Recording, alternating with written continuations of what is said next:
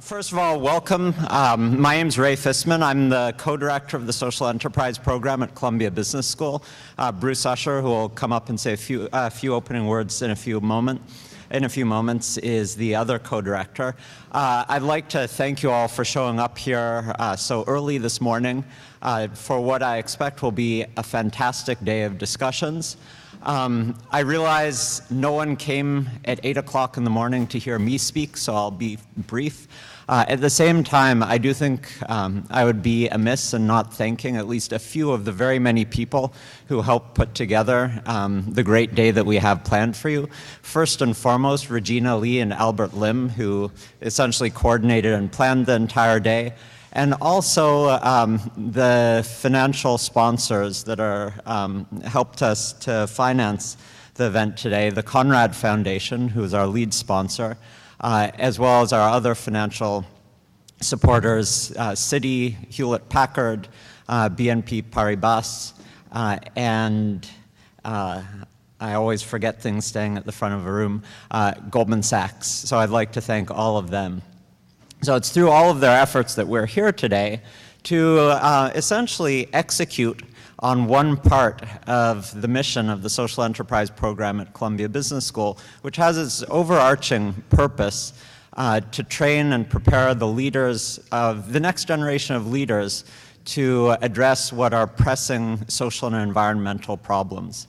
Now, it's natural, given our location at an institution of higher education, that some component of this involves the creation and exchange of new ideas and innovations. And we really think about this conference as the centerpiece of those efforts. Now, I'm tempted to say something like this every year, and I always hold off because I feel like it ages me, even just saying it. But when I came to Columbia Business School, which is now over a dozen years ago, there was no social enterprise program, there was no social enterprise conference. That is, this field is relatively recent in its emergence. The thinking around social enterprise has evolved very rapidly. And we're in what's a pretty exciting phase of experimentation, people figuring out what the right way is. In fact, this is what we were talking about before we got started, what the right way is of trying to address a particular social concern. Now, social entrepreneurs' objectives, well, exactly what we were talking about before we got started. The speaker who's about to come up after Bruce and I welcome you, we were talking about the fact that it is possible that a social entrepreneur's objectives have some element of profit maximization. That is, social entrepreneurship is not antithetical to making money, but at the same time, there almost has to be something beyond maximizing net present value of profits. Now, that immediately puts us in a much murkier and complicated setting than our corporate brethren, because all they have to do is design and execute strategy to maximize profits. Now, if you've ever been in an organization that takes as its objective to maximize profits, you know immediately that that in and of itself is an immensely complicated undertaking. Now, we have complicated it further by taking upon ourselves figuring out how much we maximize profits versus this other thing. And also, this other thing is a lot harder to define, harder to measure than profits, the bottom line. So it's a much harder set of challenges that we face in strategy design, figuring out how we are going to accomplish a particular objective, and then actually carrying out that strategy. Now, that being said, there are many people in this room who've devoted their lives to growing and nurturing social enterprises. So these are people who have thought a lot about these questions. At the same time, and just as important, they've spent a lot of time thinking about how you can do it better. And that's the purpose of today's event, to think about how we can better design and execute strategies for social change. Now, that being said, and to lead into the opening keynote, there is and should be a lot of disagreement on what the right way forward is. That is, there's room for conversation, and within this conversation, there's certainly room for controversy. I'll refer just to the most recent of these, a recent example of this. What's the right way to provide financial services to the poor? There was an epic debate just a few months ago over how should we deliver financial services to the poor in India, and it's healthy to have these discussions. There is disagreement, there should be disagreement.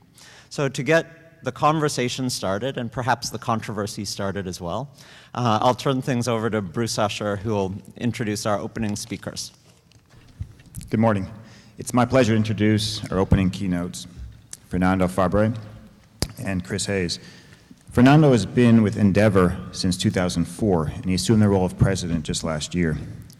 The mission of Endeavor is to catalyze long-term economic growth by selecting and mentoring the best entrepreneurs around the world. Endeavor entrepreneurs have generated revenues of $4.5 billion and created 156,000 jobs. Even better, Endeavor entrepreneurs have the power to inspire countless others as leading role models. Endeavor Global likes to say that, quote, these entrepreneurs hold the key to sustained economic growth in emerging markets. I couldn't agree more. Please join me in welcoming Fernando Fabre to Columbia University.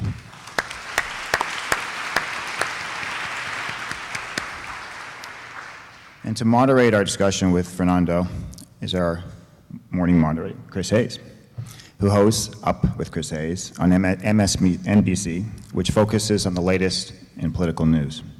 He has written on a wide variety of political and social issues, from union organizing to economic democracy. His first book, Twilight of the Elites, America After Meritocracy, was published this past June. And as many of you know, Chris is not afraid to ask tough questions. Please join me in welcoming Chris Hayes to moderate our morning keynote.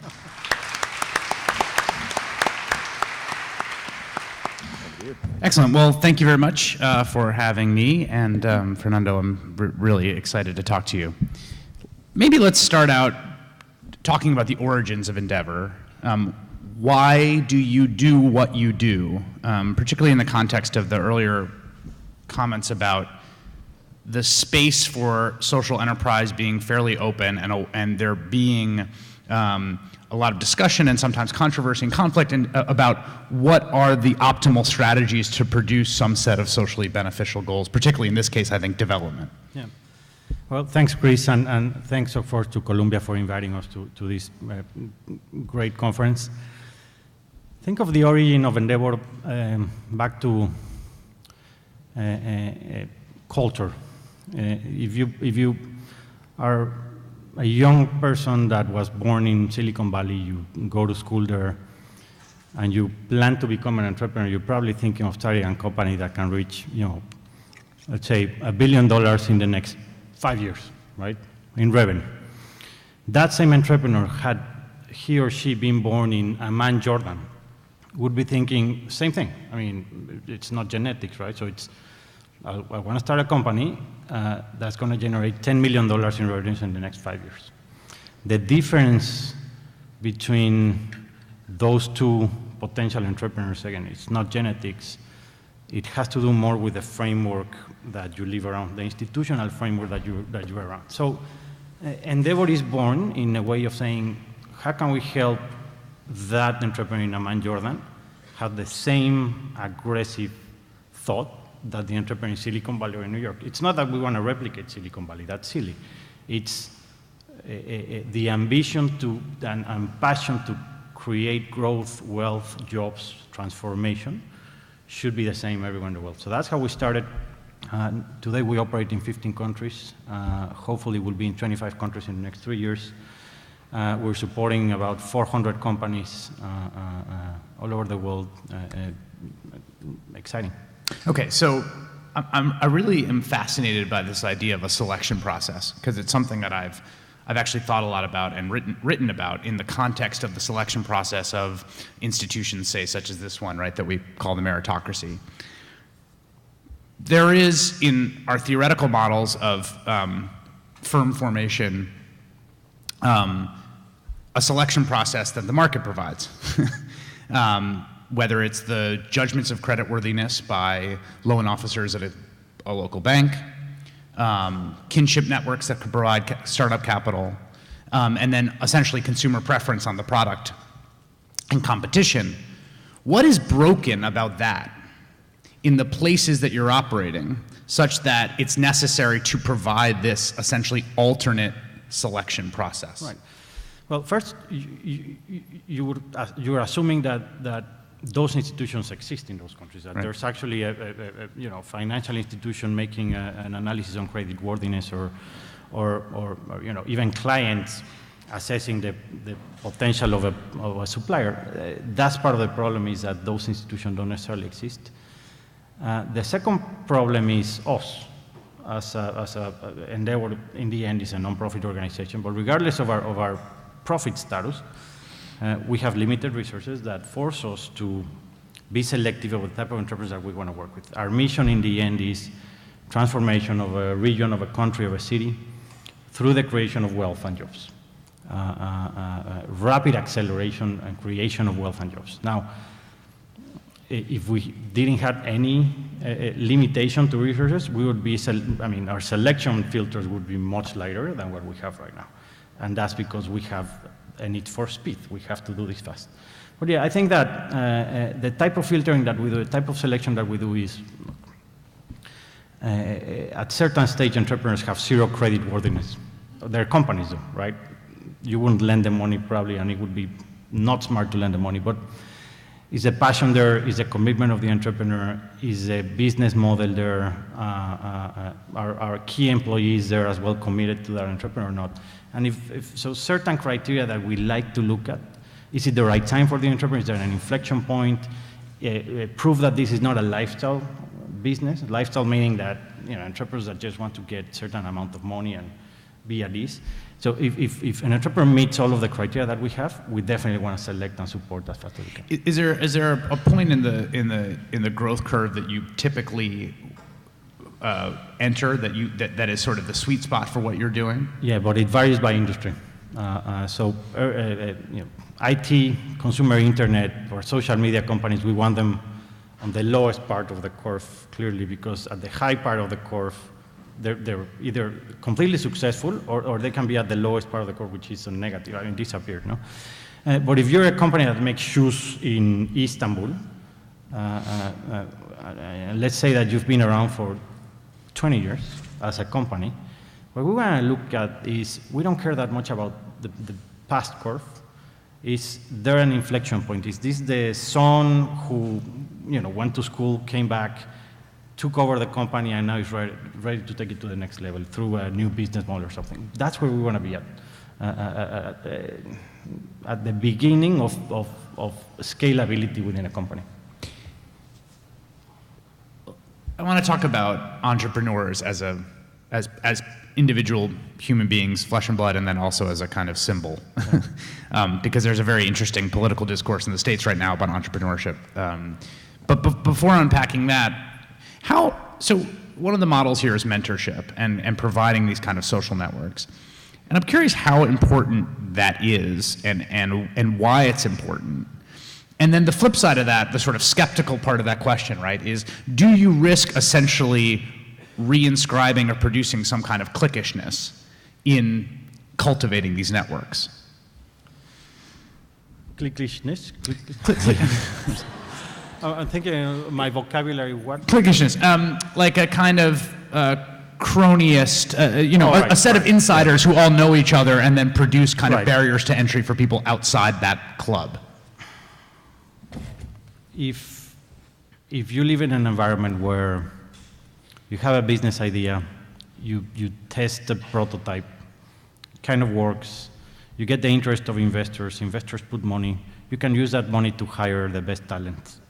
So mentoring becomes kind of irrelevant if you can hire the talent. I think hiring talent is better than just getting a part-time talent as a mentor.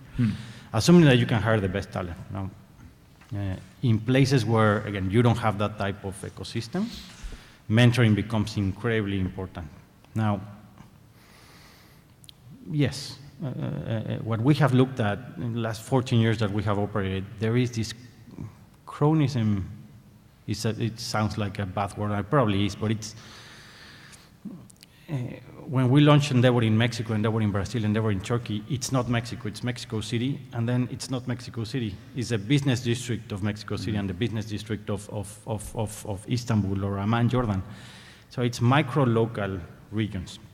And it's not that we don't want to support the entire country, it's just that the way entrepreneurship works, mentor networks, investor networks, client networks are usually micro-local, especially at the beginning of a corporation, unless, again, it's consumer internet where now it's open for everyone worldwide, no? But other than I think consumer internet, social media, every other type of industry is bounded by geography and micro-local networks. So our challenge actually is to avoid having the 0.001% of the population owning all of the ideas, all of the mentoring, all of the investments, expand to other micro regions. So Endeavor Mexico, for example, now they have 9 offices. Endeavor Brazil 6. Istanbul is launching, Turkey is launching their second office to Izmir now, Argentina and so on. So that's our challenge, create more pockets, because otherwise you do end up with I don't think it's necessarily negative as a whole, but Silicon Valley concentrating a whole lot of knowledge and power and networks, but no one else. Mm-hmm. So we're just considering right now, should at some point Endeavor expand into a US city or not, a US metropolitan area or not? Well, if you look at it as a country, it doesn't make a whole lot of sense because, you know, venture capital, mentors, talent, all of it is right here. But does that mean that entrepreneurs in, say, Detroit, to be successful, have to leave Detroit and move to Silicon Valley to raise money or not? So that's a question that we're asking ourselves right now, and we don't have the exact answer of what we're going to do. That's interesting. So you're thinking about possible entrance into the U.S.? I think that someday we're going to have to provide an answer. Because you're working with entrepreneurs, first let me just ask you, what, in a very broad sense, what makes a good entrepreneur?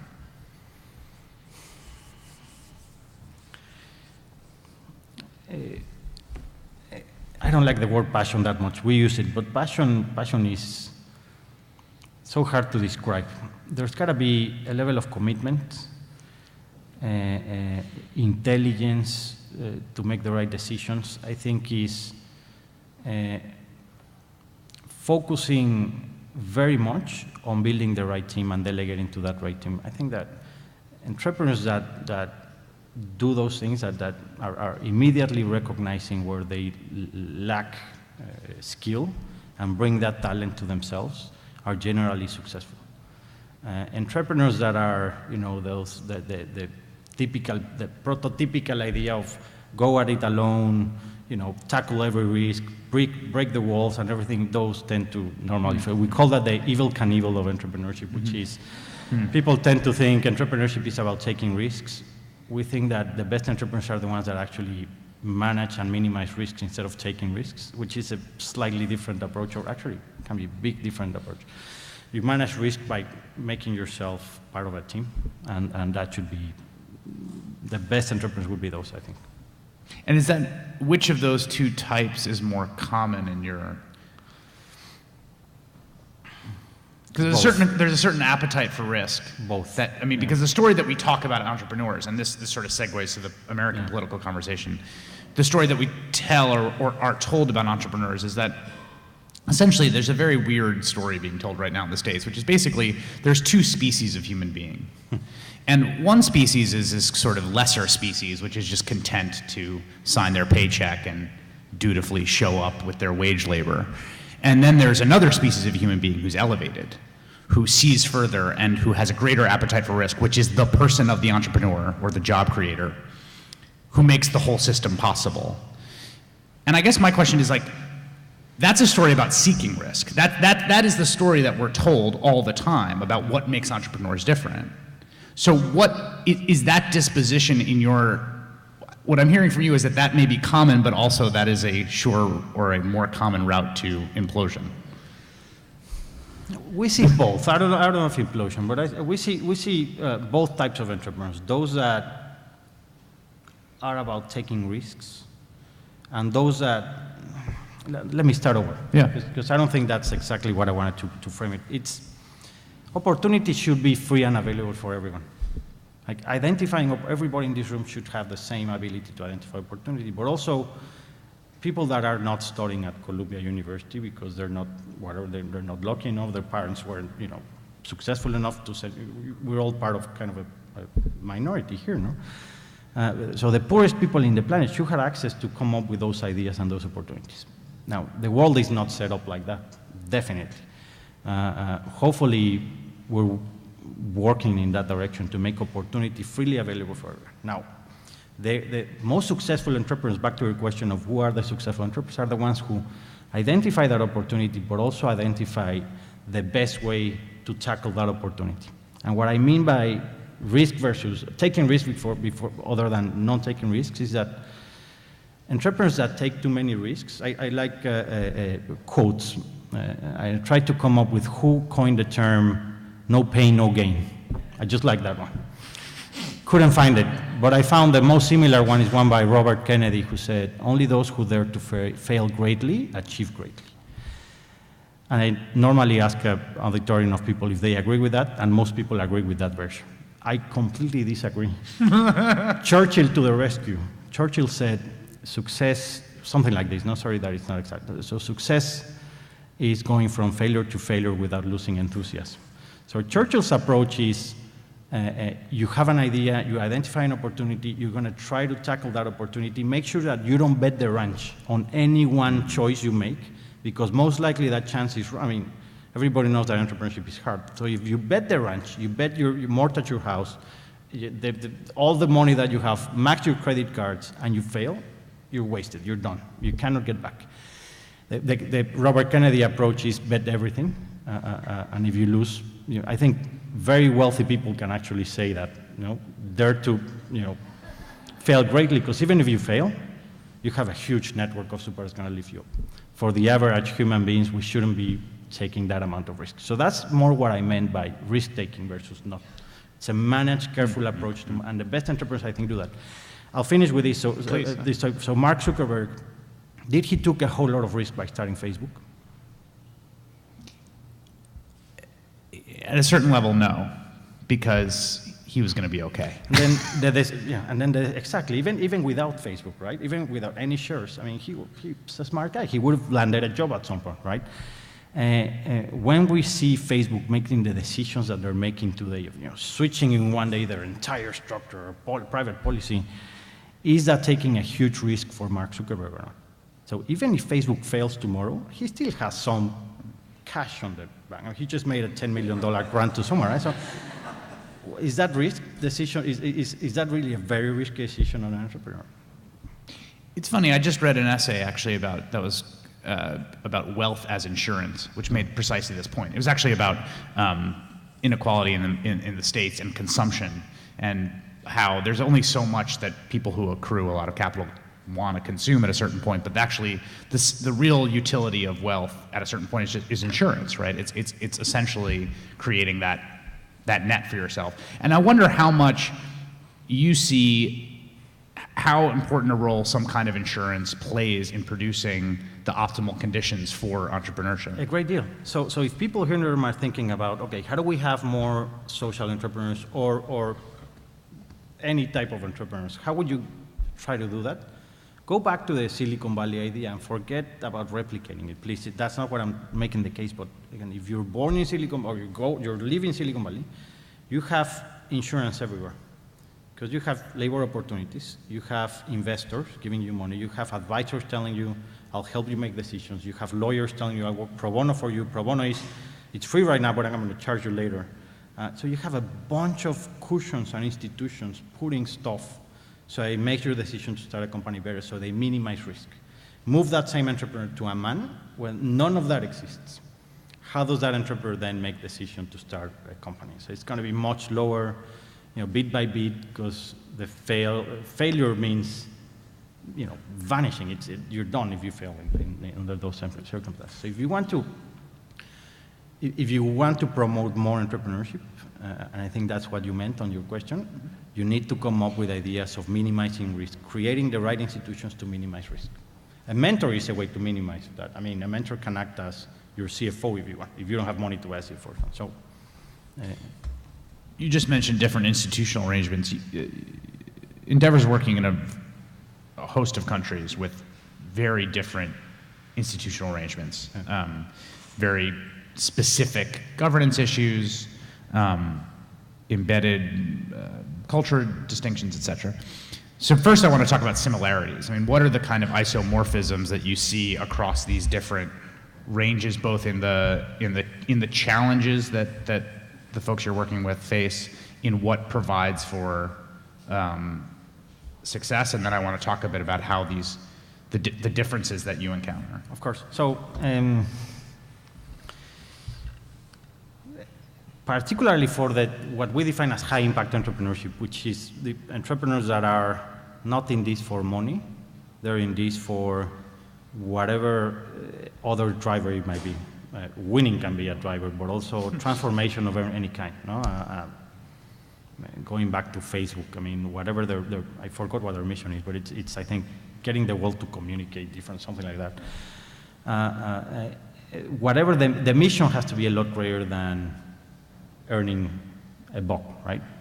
That's not the driver. So, but for that particular type of entrepreneurs, what we find is that the entrepreneur is the same person everywhere in the world. So again, that's good news because it's not genetics. You're not born different with different ideas. That's the same.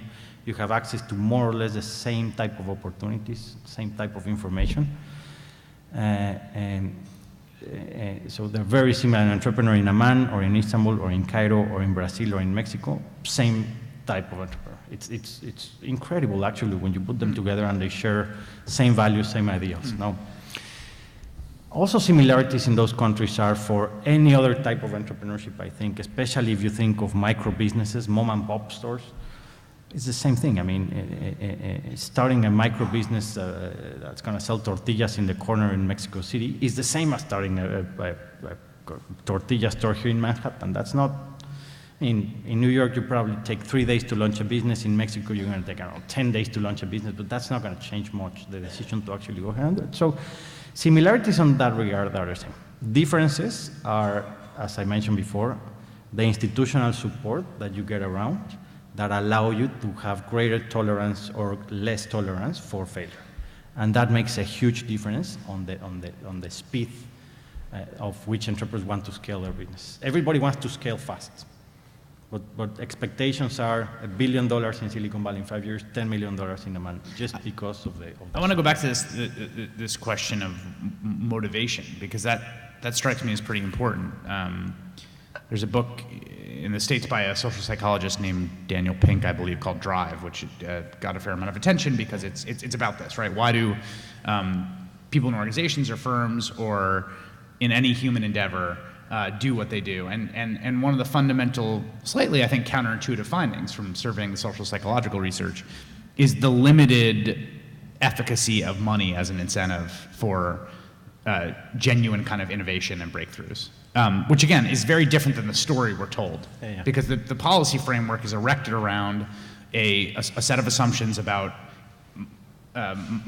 fundamentally monetary incentives. And in fact, the story that's told about whether it's marginal tax rates or the corporate tax or capital gains taxes is a story about incentives, and ultimately a story about how reducing those incentives will reduce the space for innovation. And you're saying that there's a parallel set of motivations that are only coincidentally connected to what people think the payoffs can be.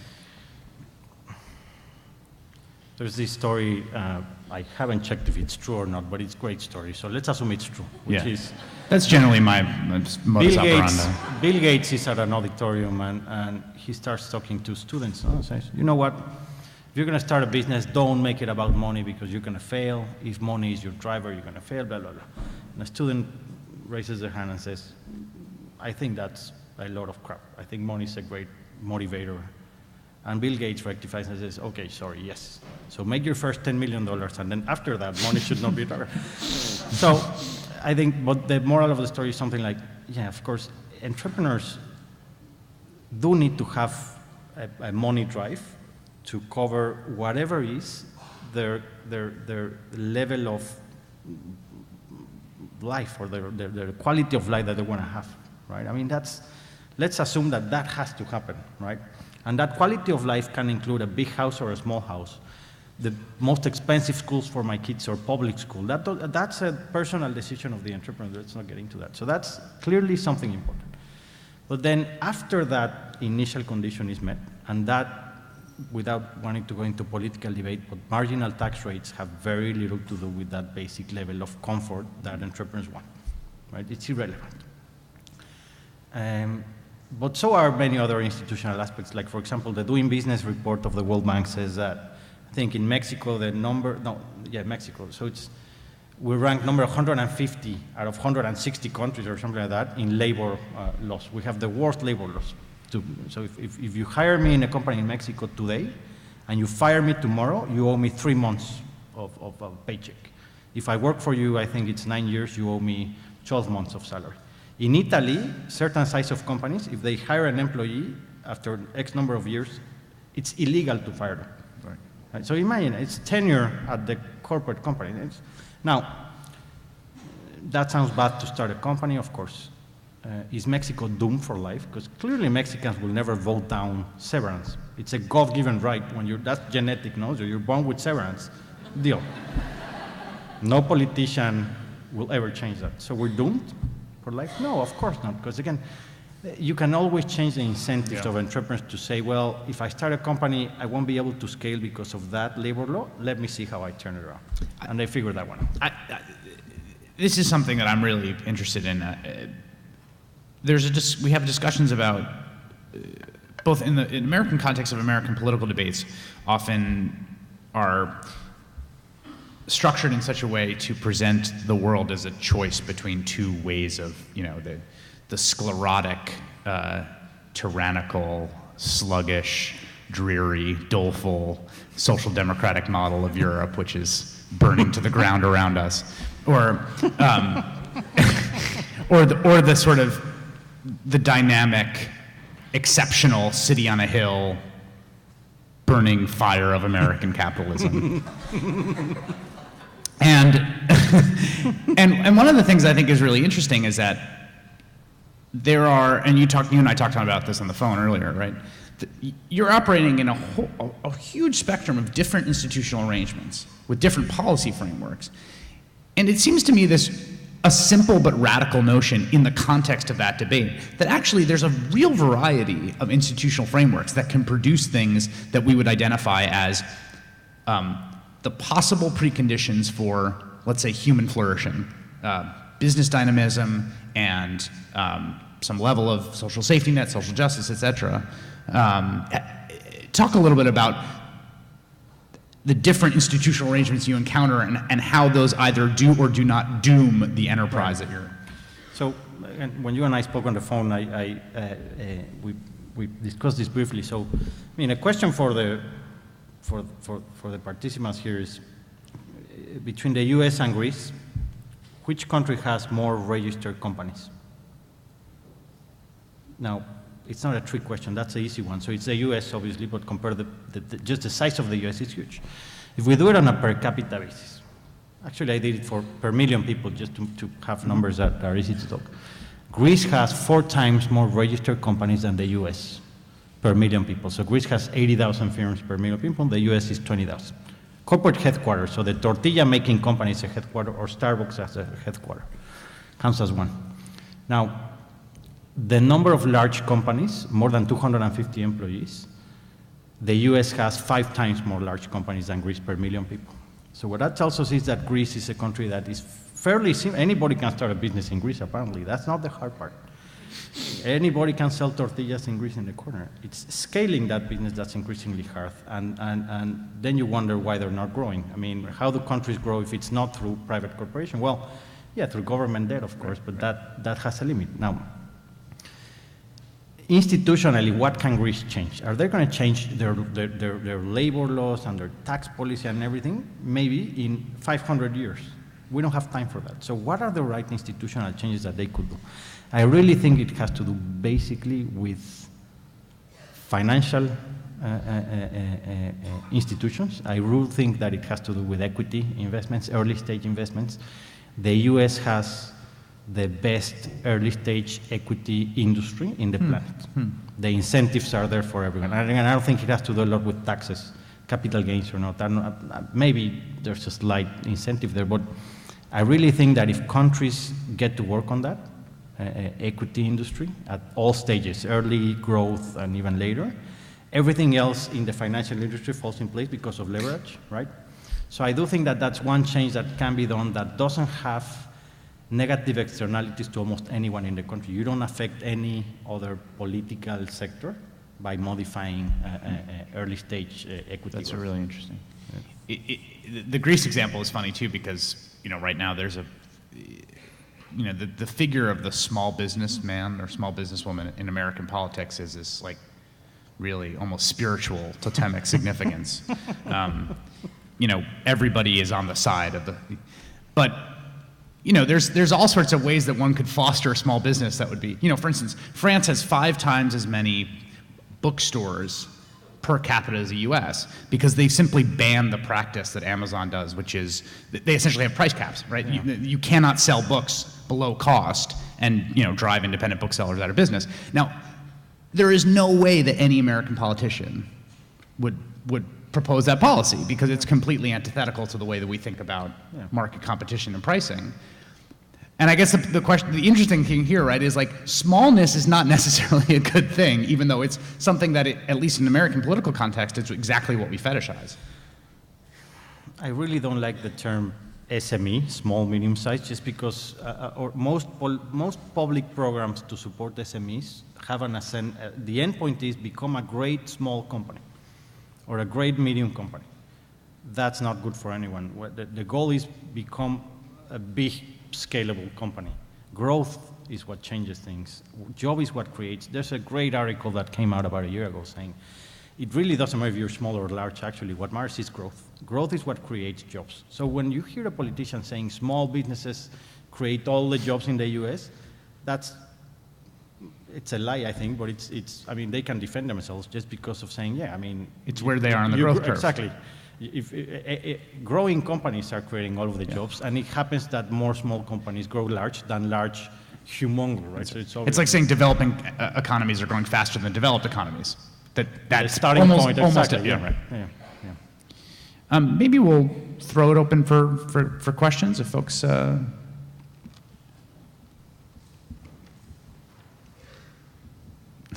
We have been super clear, I think. Yeah. Clearly. You, sir. So you talked about the ecosystem around entrepreneurship and how it exists in the U.S. and doesn't exist in other countries. Do you think with the growth and kind of decentralization of financing structures, microfinance, micro-peer-to-peer lending, eventually equity funding as we're talking in the U.S., that could create those environments in a decentralized way and go around a lot of the larger, higher-level things you're coming from? I'm interested in Yeah, I think microcredit probably is a little bit different, just because microcredit is on the debt side and not on the equity side. And I think the biggest challenge of microcredit has been historically, from my perspective, is increase the average loan size of same clients month by month or quarter by quarter, and usually those loan sizes have stayed the same. And I think it's because if there's no equity, again, it's very hard to leverage things, or equity is kind of maxed out in the clients of micro credit institutions, so it's very hard to leverage then. Leverage is key, and for leverage you need equity. So I don't know the solution for micro businesses in general. I also think that, going back to microcredit, the goal doesn't necessarily have to be scalability of the businesses that you're supporting, in that most of those businesses are designed not to scale. And you have to believe that somebody who's earning a minimum wage has an incentive to quit, start a micro business, and earn 2 minimum wages. And if that micro business fails, it's relatively easy to find a minimum wage job. everywhere in the world actually it's pretty simple to go back to that stage. It's not that hard. Even Not in the U.S. right now, but well, probably I don't. Maybe minimum wage. I don't know. The thing is, nobody wants minimum wage. No, probably it's too low, so that nobody would ever take that. But if you are today a minimum wage earner, then the incentive shouldn't be that hard. So that's a different problem, I think, to the type of high impact entrepreneurship that we're talking about, which I don't think is the scope of microcredit. I mean.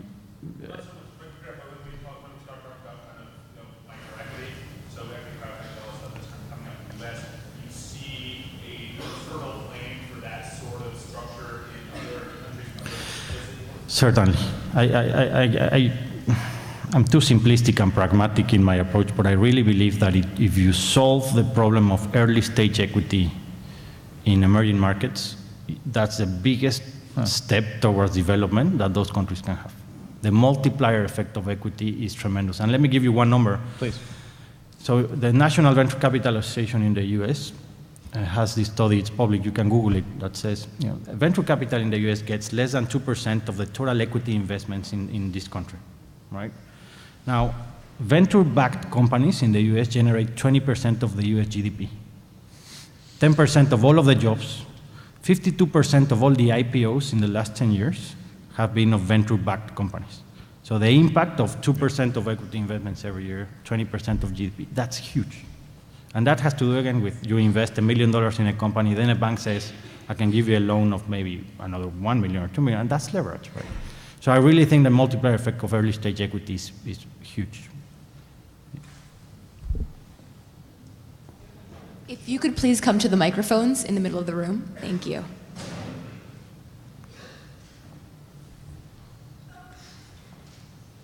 Social enterprise development in developing countries, the biggest problem is shortage of early stage and seed capital. So to what extent can philanthropic institutions, social venture capitalists, social venture philanthropy fill the void or the gap and help reduce the risk for the next stage of venture capital? I mean, it's a hard job, and we've been trying to do that for many years now. I think it's a story of success. I think that there's broad agreement that there's a ton of money floating around on the top. I mean, there's excess liquidity in the world. There really is a lot of money. I recently met a manager for PIMCO. They manage $1.8 trillion. Yeah. That's the size of the Brazilian economy. He was telling me a story about the Colombian company that no one had heard of before issued a corporate bond market in international markets, trying to raise, I think, $1 billion. And the demand from the limited partner, from the fund managers, was for $23 billion. So 23x excess demand for the paper of that company, right? That's a lot of money floating around in the world. Everybody also agrees that there's a lot of opportunity, there's a lot of demand for funds. So there's a huge problem between opportunity and money. There's no link in between. I would note this is the core reason to have a financial system. I mean, the existential reason to have a financial system is to do precisely the thing that it's not doing a great job of. And on the debt side, that's good banking policies and everything. On the equity side, that's having good fund managers. And good fund managers are very hard to find. So going back to the first thing I said on this answer is, long answer, sorry. It's a story of success. If somebody hears about this group of investors who made a fortune by investing in company X and then selling it on public markets, it gets the eye of other potential, employees of Goldman Sachs saying, you know what, I always wanted to do something bigger. How about I resign and I start my own fund manager? So I think you have to educate potential fund managers because the money is there, the opportunities are there. What's missing is, on the equity side, is fund managers. There's a question that I didn't ask you that occurred. Talk about how you have gotten into this work personally, just what your background is. A lot of people here are not going to like this, but I was in microfinance and I decided that wasn't necessarily for me. I always felt I wanted to be in economic development, partly I think for being in Mexico and just seeing of the need and the potential of the country. Of course, I'm a super Mexican, if you want. I am super bullish on Mexico, so I love my country. And I love economics and economic development in that I mean, that's my true passion. So I started microfinance, and then I was lucky enough to go study in Claremont. This the story of how I changed from microfinance to high impact entrepreneurship is a professor of mine, so he's to blame, made a case study back in 1997 of Jeff Bezos and Amazon, and showed me the financials of the company. And Jeff Bezos had, in 98, so this is, I think Amazon started in 94 or something, by 98, 99, the company had created more revenues than the combined revenues of all the microfinance institutions in Latin America. So I said, I mean, if one person can have that level of impact, of creation of wealth, that is huge. So that's why I thought, I mean, if we really want to scale out of poverty, it has to be more through your scalable entrepreneurship than through millions of microloans to businesses that are generally not scalable enough. Very important, of course, to have those two, no? But I changed sides based on that. That's how I got into entrepreneurship. So it was a professor who's to blame. If no one else is going to ask a question, one other professor will, so you can blame me for that. There you go. I think it's been interesting to hear you describe the Endeavor model. One thing that's been absent from it, you noted at the beginning you're incorporated as a nonprofit. So your objective is to maximize economic development in these communities. Do you think at all about the entrepreneurs you're funding, the extent to which not just will they grow, but specifically what sorts of businesses will maximize their impact on the community, whether because of the spillovers to other entrepreneurs or because you think this business will promote other sorts of businesses through linkages in the rest of the economy? And if so, do you worry a little bit about your role as like a social planner? Like Korea got into shipbuilding because they thought it would have these ripple effects, exactly. And instead they just made a bunch of ships no one wanted. Well, that's a very good question. I don't think nobody has asked me before if we think of ourselves as the China of the non-profits. No, no, we don't think of us like that. And let me go back to the Milton Friedmans of the world, if you want, which is we let the market decide which entrepreneurs we're going to support. We don't decide. We have a set of criteria, no? Again, entrepreneur that proves drive, ambition to scale beyond money. Businesses that have kind of clear business models, solid product, service, identified market, right team, and so on. And it's the right inflection point, going back to Chris' question about the curves, no, of growth. But then we let the market decide anything for themselves. I mean, we don't care. We have companies in every industry. We don't focus at all in any type of industry. We kind of like technology-enabled companies just because we see them scale a lot faster, but we're blind to what technology, even with health, energy, I mean, we really don't care about that. So no, we can support companies that make shoes or companies that make, wind turbines for that. So we're blind to that. But you raised an issue before, the central planning aspect or social planning, which is the impact that those entrepreneurs are going to have beyond their companies, and that's a criteria for us. So I think I mentioned also to you, Chris, there's this guy in Amman, Fadi Gandour. He started a company called Aramex about 30, 40 years ago, and for the first 10, 20 years, he built kind of a successful company. It's the FedEx of the Middle East. Then he went public on NASDAQ. So that gave him credibility and money.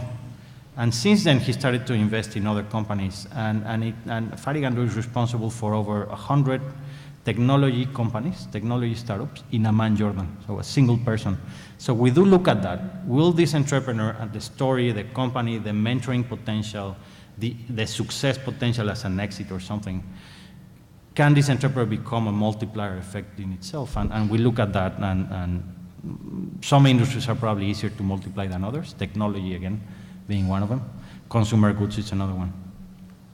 I don't know if I answered your question. Well, let me follow up. Are there conditions about, let's say there's an amazing opportunity, there's a small this is a preposterous thought experiment, but let's just go with it for a second.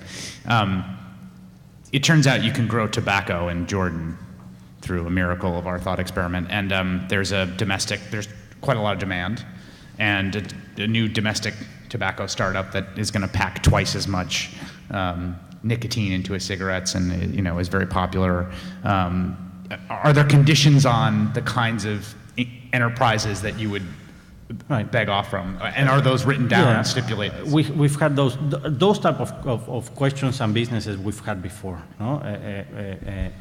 Soft porn, for that matter. I mean, sorry, but it's just, I have no question that it can be a huge business. In Mexico, at some point... Well, it's much less dangerous than tobacco. Yeah, probably. At some point, we had a business in Mexico that provided security. And imagine the growth of that business scale, number of jobs that it was producing. I mean, hundreds, if not thousands of jobs in security. But then we said, for this company to be successful, the rest of Mexico has to do really, really, really well. Right. I don't want to see these companies succeed. Right. So I think that's, in our model, I mean, we're probably getting too much on the Endeavor model, which it's not exactly the point of the conversation, but just our model is pretty simple. Again, we don't have any written rules, if you want, other than high-impact entrepreneur, high-impact business, the right fit, the right time, right? And then you get selected as an Endeavor entrepreneur if at least 25 to 30 business leaders in different countries, by consensus, say, great entrepreneur, great company, great fit, great model, great example, great role model potential. One of the 30 saying no, you're out of the process. So as long as we have one person saying no to tobacco, that's it, you're out. Hello. I have two questions. First, let's say you were saying that there's no enough talent to connect all this money and all these opportunities. So let's say that suddenly you get all these MBA students and undergrads that really want to get involved with social enterprise. Could you tell us how would it look like? Like, what would be the new challenges, or where should we go? And then that's linked to my second question, which is, what advice would you give to MBA students that are trying to develop a career with positive impact and at the same time would eventually like to pay their debt? Is that possible? Thank you. All right, so very related questions in that I don't think that, and I mean this respectfully, but recent MBA students are not necessarily the best fund managers just because there's an issue. I'm getting in trouble, I know. You think? I think. There's a small issue called track record. And investors care about track record because at the end they're making a business decision. So you might be the most brilliant fund manager I think, so track record can be kind of overrated, but investors do care about that. So if you don't have track record, there's no way that you can start a fund. As to your second question of, so then what's the recommendation for MBA students is build that track record. And I think that for social entrepreneurship or any type of entrepreneurship, but that is on the growth side, scalable side, on the high impact side of entrepreneurship. If you want to become part of the ecosystem of support to those, particularly, again, going back to the equity question, if you want to be a venture capitalist or an angel investor or a seed capital investor for social entrepreneurs, you have to build up your track record. And the best way, the most relevant track record is on the entrepreneur side, not on the investment side. Because you're not going to be sitting down doing complicated valuation models and formulas and negotiating hard term sheets because it's early stage. Nobody cares about those things in early stage. It's not about the valuation of the current early stage company. What's the valuation of a company that doesn't have revenues today, maybe? It's more about, do you know how to scale a business? And that is, do you know how to hire and fire the right people? Do you know how to manage scale? Do you know how to negotiate terms with the client, with the supplier, and so on? That's the type of track record that you want to make sure that you are strong with.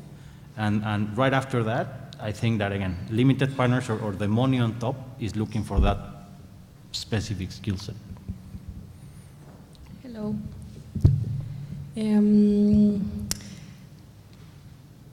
It seems to me that we are trying to solve the problem of non-equity with the same kind of thinking that created it.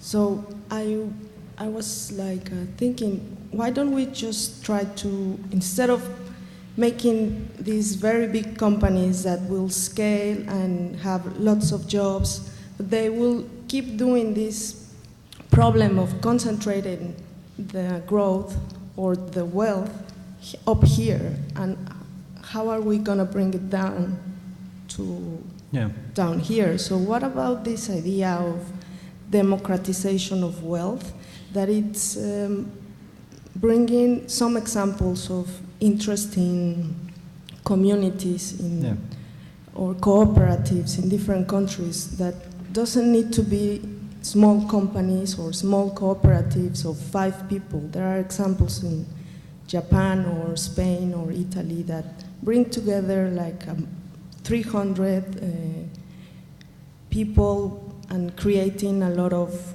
wealth for everybody. So what's your opinion about that in the case of, well, you have the Mexican side and the American experience. So what's your opinion about legislation? Is it possible that this, or what do we have to change, or in which direction do we have to work in order to build like a different mindset for entrepreneurs to start building a different way of making economy and wealth? There's one very powerful drive that entrepreneurs have, social or non-social entrepreneurs. They all have this drive, and I don't think that makes them antisocial, which is a drive to win and be the best. Whatever your company is doing, you want to be the best at it, which always carries this monopolistic attitude. I mean, you want to defeat the competition, and as long as that is a transparent way, you don't get any special favors from politicians, from everything. As long as it's fair, I'm kind of fine in winning, right? Now, I also believe that the whole notion that there are very few owners that are super wealthy, and that's kind of unfair to the rest of us, I don't think that's necessarily true, because if you actually look at dividend payouts, wealth as money, right, which is not only that, but if the measure of wealth is just money, if you look at public companies in the US or anywhere in the world, and you look at the dividend yields of those companies, so actual money that they take out for themselves, compared to revenues, just looking at the income statements, dividends are about 2% paid every year on average of 100% of revenue. So 98% of the money that companies create goes somewhere else that is not the owners. And that, I think, is an incredibly powerful engine of wealth creation and distribution. These are the suppliers, the employees, the taxes, the interest rates. So money gets distributed along. And it's not the only measure of wealth. Now, so not everybody should be an entrepreneur. I think the example you put on Spain and the cooperatives is a very good example, because they do have laws that prevent companies to grow a whole lot. So cooperatives, for example, stay kind of small, and you have 300 owners. But then think how many owners does Apple have right now? I don't know, I think I'm an owner of Apple. If I have an investment in Chase, what have you, I'm an owner of Apple. Have you seen this advertising of, I think it's Nike, where the little kid tells the minor league coach in baseball that my dad owns Nike, and the coach starts thinking about, we're going to have the best sponsors and the stadium and everything, and it's an Ameritrade ad where the father of the kid owns 0.0000001% of Nike or something. So I think ownership is kind of irrelevant of companies. So the cooperative model I don't like. I don't think it's a good model, and there should not be legislation to promote that, I think. Hi, thank you for your time.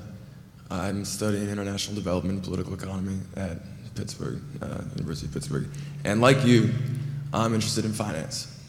And like you, I was also interested in microcredit. But we read these books about businesses that exist in countries with extractive institutions where no matter what they do, it seems like they're only going to reach this far. And then you have microcredit. The more you read about it, it seems no matter what they do, they're only going to reach this far. So you sit back as a student and you think, oh, well, what can I do? You know, and then you talk about going from microcredit to where you are now, and that's quite a leap. So, what can you tell me about financial industry, things that I can get involved with, things that do work, other than microcredit, in third world developing countries to help poor get richer? Three problems that I see, two relating to microcredit, problems that you may want to solve or not. Two relate to microcredit, the other one to high impact entrepreneurship. Microcredit, first of all, what microcredit has done, which is extraordinarily powerful, is that it puts a floor on poverty. Once you enter a microcredit program and you get your $100 credit every month or whatever, you guarantee a smoothing of income month by month. So you're not going to be poorer than that, which is an incredibly powerful story to tell. Because when people have a floor, that can only go up, or stay the same or go up. So you could probably, if you want to work on that side of things, I think it's great. If you want to prevent places that are growing poorer and poorer, that's a great place to work and solve the challenge of that. A second problem in microfinance is actually not just be a floor, but actually provide steps for people to step out. And I think it's microequity that sounds a lot more interesting than microcredit for the future. Less scalable perhaps, but very interesting concept that I think that it's one part. So that's the second challenge. The third challenge, moving outside of micro and more into high impact entrepreneurship, the challenge we mentioned, how do you convince more highly talented people or even entrepreneurs that are partly successful or very successful to leave their entrepreneurial venture and start a venture capital fund or an angel investment fund? I mean, that's a big challenge. The best fund managers would be entrepreneurs. So how do you solve that issue? Those, to me, are the three challenges. All of them just as important. I mean, I don't think that there's a cost. Personally, I like more being on the side of high-impact entrepreneurship and venture capital. That's more me. It's a personal decision. I'm not taking away merit from microfinance, no, in that it's got its own merits, of course. Fernando, thank you very much. No, thank you guys.